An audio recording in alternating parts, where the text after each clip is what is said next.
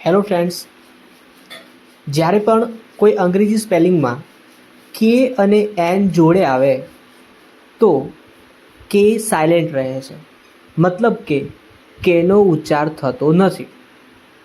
ઉપર જે શબ્દો આપેલા છે એ તમે વાંચવાનો પ્રયત્ન કરો. કદાચ આમાંથી ઘણા ખરા શબ્દો તમે કે સાથે વાંચ્યા હશે, પણ હવે આજ પછી તમે વાંચશો નહીં. જુઓ, પહેલો શબ્દ છે નાઇફ. એમાં ક્નાઇફ થશે નહીં, એનો ઉચ્ચાર નાઇફ થશે.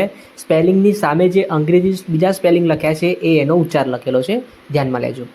બીજો શબ્દ છે ની, ત્યારબાદ નો, એના પછી નોક, એના પછી નોટ, ત્યારબાદ નોબ, ત્યારબાદ નાઇટ, એના પછી નકલ, એના પછી નોલેજ, ત્યારબાદ નેપસેક.